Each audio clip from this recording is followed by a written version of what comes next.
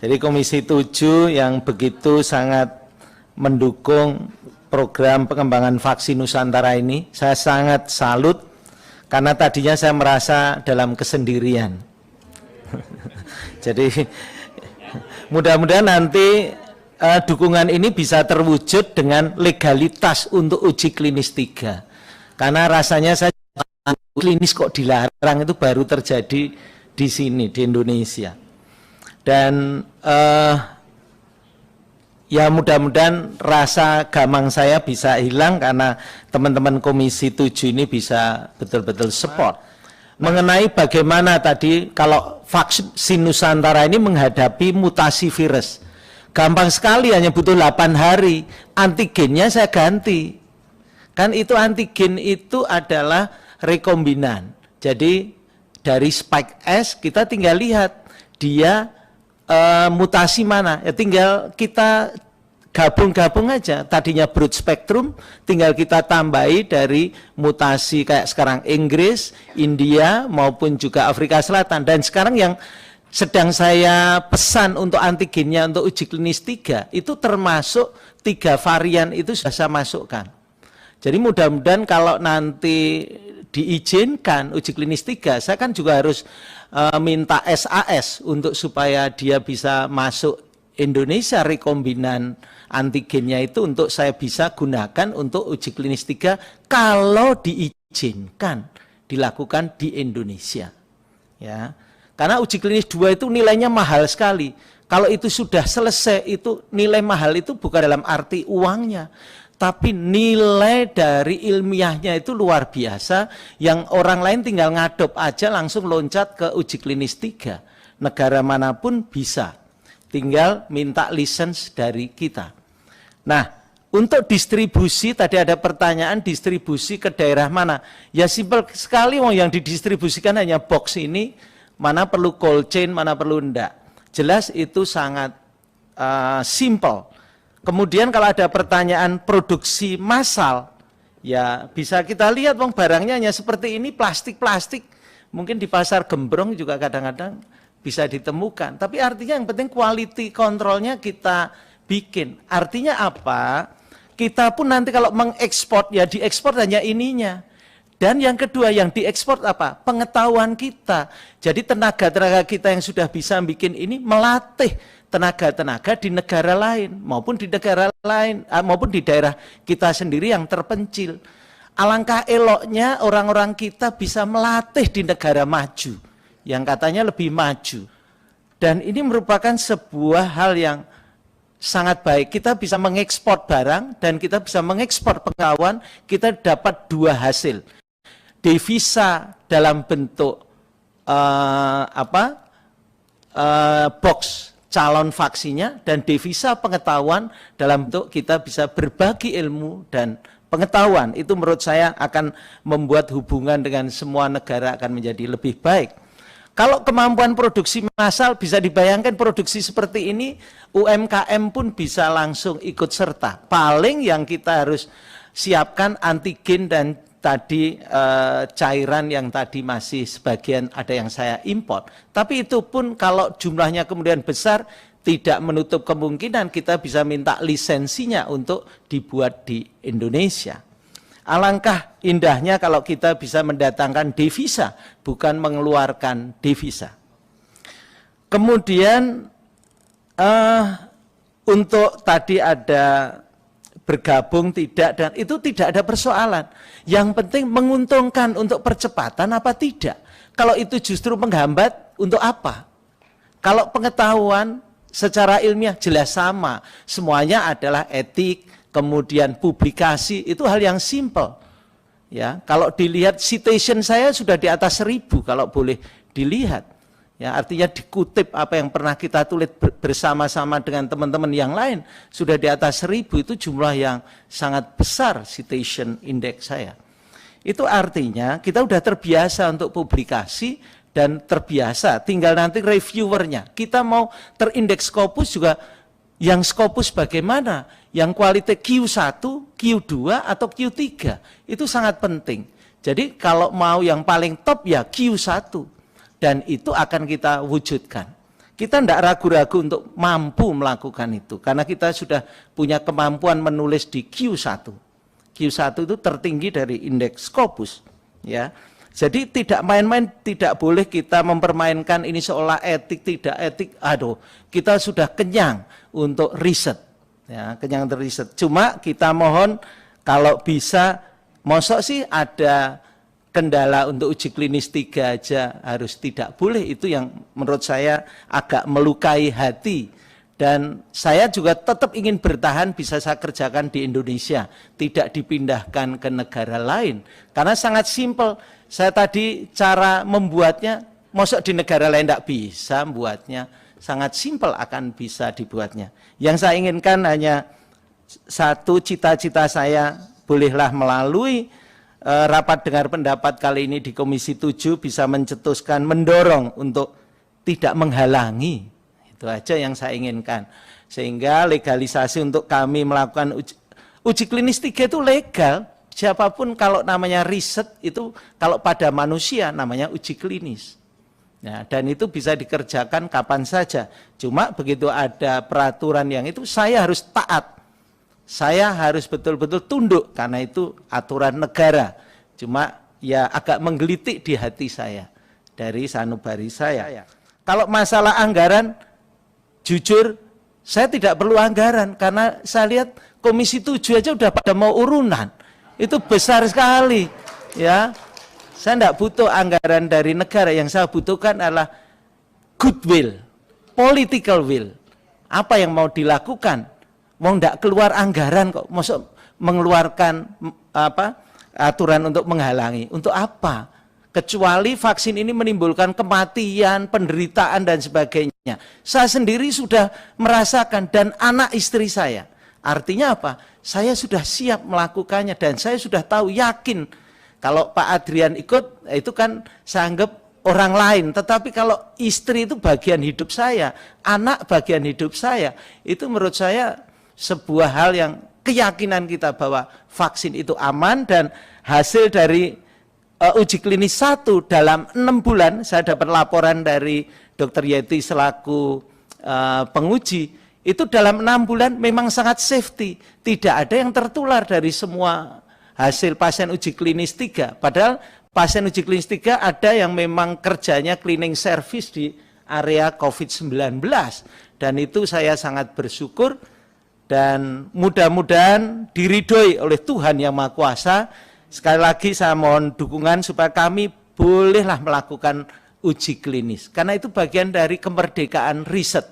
Kalau itu saja dilarang, ya izin, saya tidak tahu harus berkata apa. Itu saja yang bisa saya sampaikan. Terima kasih. Wassalamualaikum warahmatullahi wabarakatuh. Waalaikumsalam. Saya mohon izin pada pimpinan dan anggota untuk interaktif sebentar dengan Pak Dr. Terawan. Pertama ingin saya tanyakan Pak, ini termasuk dalam kriteria inklusi bahwa usia itu di bawah 65 tahun. Bagaimana dengan anak-anak Pak di bawah 18 tahun? Itu pertama. Terus kedua, bagaimana dengan kami-kami masyarakat yang sudah menerima vaksinasi dari vaksin yang lain? Jika kemudian nanti divaksin misalnya dengan Nusantara, itu Pak. Silakan Pak. Terima kasih. Kalau namanya uji klinis, kita harus mengemukakan data dan fakta dari kondisi pasien secara inklusif dan eksklusif. Itu aturan dunia yang kita pakai. Tetapi di luar itu ada namanya rekomendasi dokter. Rekomendasi dokter termasuk yang sudah divaksin 2 kali, sudah ada gangguan berat, termasuk yang sudah ditransplant, ya contohnya Pak Dahlan Iskan, mohon izin Pak Dahlan, saya terpaksa ungkapkan, Pak Dahlan Iskan sudah ditransplant juga harus kita berikan vaksin Nusantara. Itu menunjukkan bahwa rekomendasi dokter juga ada. Tetapi kaidah dunia itu untuk uji klinis itu usianya sudah ditentukan 18 ke atas. Itu tujuannya supaya dia mengerti secara hukum internasional bahwa bisa menandatangan dan sebagainya. Tidak ada kaitan dengan side effect dengan apapun, tidak. Itu adalah kaidah internasional dalam membuat sebuah uji klinis. Untuk anak-anak tidak ada persoalan. Ini dari riset kita itu bisa diambil 14 cc. 14 cc tidak 40 cc lagi, tapi 14 cc. Namun itu perlu rekomendasi dari pediatrik.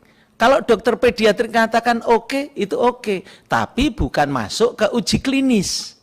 Tapi masuk di ranah rekomendasi dokter.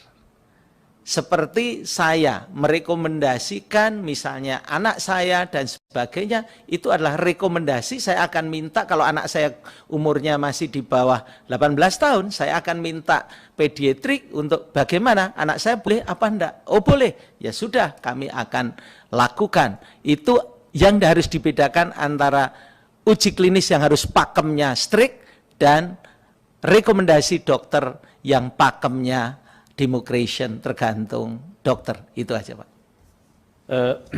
Jadi tidak menjadi persoalan jika seseorang sudah disuntik misalkan dengan Sinovac, kemudian suntik dengan vaksin Nusantara, karena ada sahabat saya ketua fraksi PAN Pak Saleh Daulay sudah mendapatkan 2 suntikan vaksinasi dengan Sinovac dan kemudian dengan vaksin Nusantara. Yang saya lihat sekarang malah beliau itu nafsu makannya besar sekali Pak Dokter. Jadi banyak kemajuan dari Pak Saleh itu, terutama kemajuan perutnya Pak. Jadi itu yang mohon bisa diberikan penjelasan Pak, apakah itu diperbolehkan dan bisa dilaksanakan? Yeah. Seperti tadi yang saya bicarakan adalah rekomendasi dokter. Itu yang paling penting. Kalau dokter penyakit dalam memberikan rekomendasi, ya kita akan izinkan. Tapi tidak dimasukkan ke dalam uji klinis. Di uji klinis 2 kan tadi tercatat 227 orang, yang 78 tadi eksklusi. Yang dieksklusi itu bukan berarti tidak divaksin, tetapi dia tidak dimasukkan dalam uji klinis. Mereka tetap divaksin, rekomendasinya tinggal si dokter aja. Dokter penyakit dalam, oke, silahkan, enggak apa-apa karena ini tidak membahayakan, karena itu autologus. Asas manfaat lebih besar. Dan nomor 1 adalah do no harm, tidak menimbulkan penderitaan. Nah, itulah yang menjadi konsep dan prinsip kita.